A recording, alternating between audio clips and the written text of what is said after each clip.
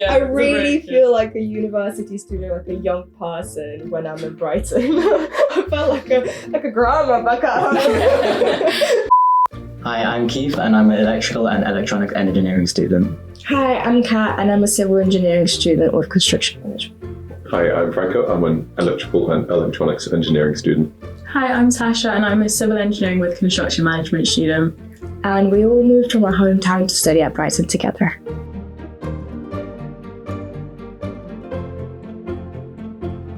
All of us go to the same college, so we were friends beforehand. It's really nice coming here not knowing that you're not alone.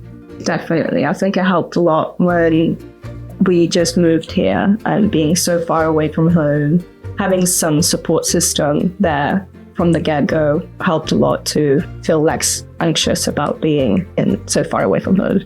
Especially in first year, I think any of us came to a university alone, we'd be overwhelmed with everything, but seeing as we came together as a group, bumping into each other and being like, oh.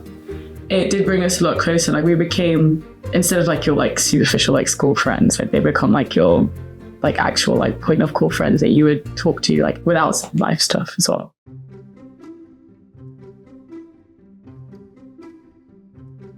When I started my UCAS process, I obviously looked up a lot of engineering courses, and I saw that Brighton came up and it was quite high up on some of the rankings. And so I decided to come to an open day just to give it a look. And the open day absolutely blew me away with the amount of hands-on engineering that the university actually does. I went to a lot of other open days where there weren't as many hands-on learning opportunities. And I just felt that that was not going to work for me in the way that I learn. I heard that Tasha also got into Brighton, so I was like, you know what, that might skew my opinion towards Brighton a little bit. I would rather go with a friend. And I know Keith was also there, and I know Keith also said that he also got into Brighton. I think for me, my main factor was the fact that I knew people who were going there.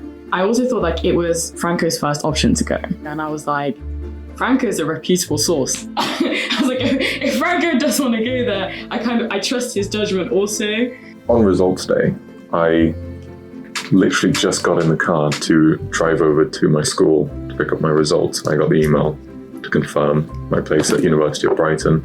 And when I got to the school, I saw a lot of my friends really upset. And that obviously threw me off. I opened my letter and I had good grades. I was really upset. I was 4 marks off from getting into my uni of selection. I found out when I was at home and I cried way too much that day. I'm not usually an angry person. I just remember like just straight up being angry. But I was really, really, really upset. I didn't know what I could say personally, but I was just there to like make sure that everyone else was going to be okay. And obviously I heard a few people not knowing where to end up. So I talked about how I was going to Brighton, and I guess that small little mention was enough to convince people about Brighton. But yeah, we had the phones ready from the school, and the teachers were saying that we'll make it, that everything will be fine. So they were there for reassurance. I remember opening the letter, crying for like a minute, and then it's like, okay, time to call. I also think that I really liked the lady off the phone. Yeah, they were really lovely, and I think they were really reassuring that everything will be okay. And I think I really needed that then from someone from the universities as well, to be like, oh, it will be fine. And they were not pressuring to join Brighton, which I find like a really good thing. I didn't get anything but positive energy from when I was on that call. It was all of this together. It was by the beach. My friends were going, and the people seemed really nice. The first impression of Brighton was that they're very nice and reassuring people and supportive. So I didn't see any negatives of going.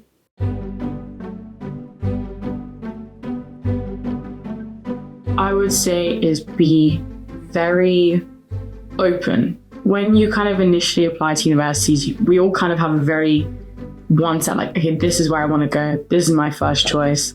But just be as open-minded as you can. Sometimes you kind of sit and you're like, oh my gosh, like this is like the end of the world. It's the worst day ever. But so many people go through clearing for so many different reasons. Like you're not going to be the only one sat in the room who went through university through clearing. I feel like half of the people I talk to, I'm like, oh, how did you come here? They're like, oh, I went through clearing. And I'm like, same. So like it's a very common thing. It's very normal to go through clearing or to go through the normal UCAS route. Like it doesn't single you out at all.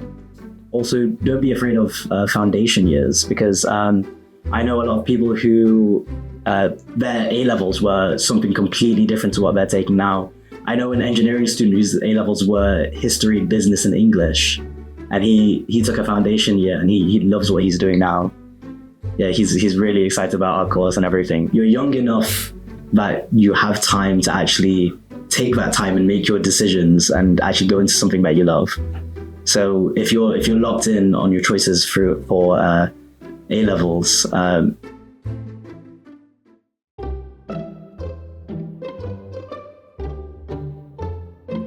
for Kat and myself, we were very much so like going to stick together, and we were quite nervous about making friends initially. We kind of sat in class just kind of on our own, and we were like, all of these new people. And then we were forced to do a group project like the first week. And we were like, okay, so we're gonna actually have to talk to people. And I lived in student accommodation, so I had one person on my course that I lived with. So I was like, okay, well, I kind of know you, so we'll group with you. And then they also had some of their friends. And then that's kind of become our like course friendship group. We stick together all the time. We're in every group project together. And I mean, for me and Keith as well, we had group projects, same as you guys from the beginning.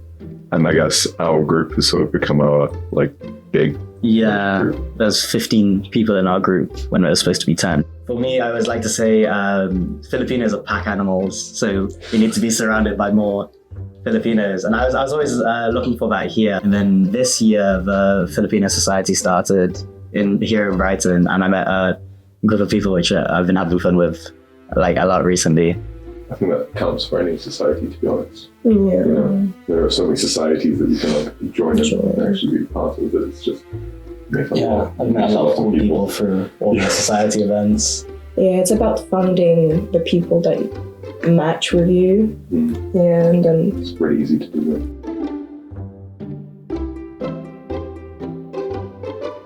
The idea that Brighton as a name has behind it, you know, the seaside town that is like partying non-stop or having fun non-stop, is an apt description for the university itself as well.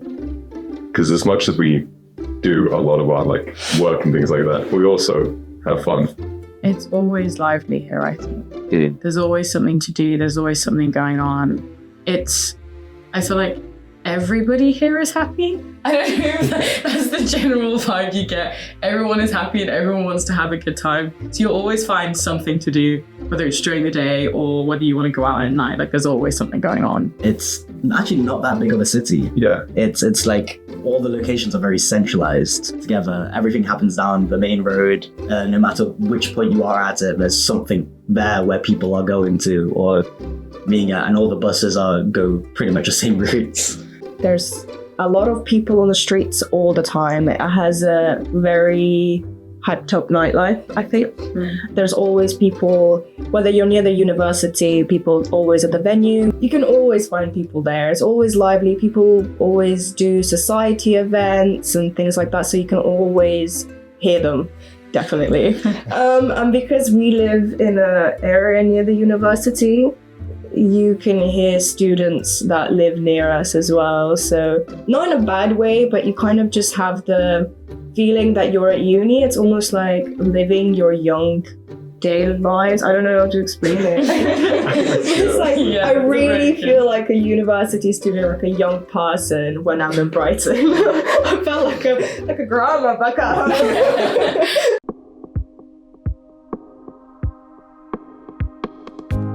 In terms of where I see myself going, it's definitely going to be, hopefully, somewhere that doesn't just create things, but it creates things for the right reasons. I don't want to be part of a system that unfortunately profits off of horrible things. I'm just looking forward to getting into work, really, because I really want to start having that impact of an engineer and looking at solutions and just being able to have an impact for the future. I really am looking forward to being able to work with companies that are putting people in front.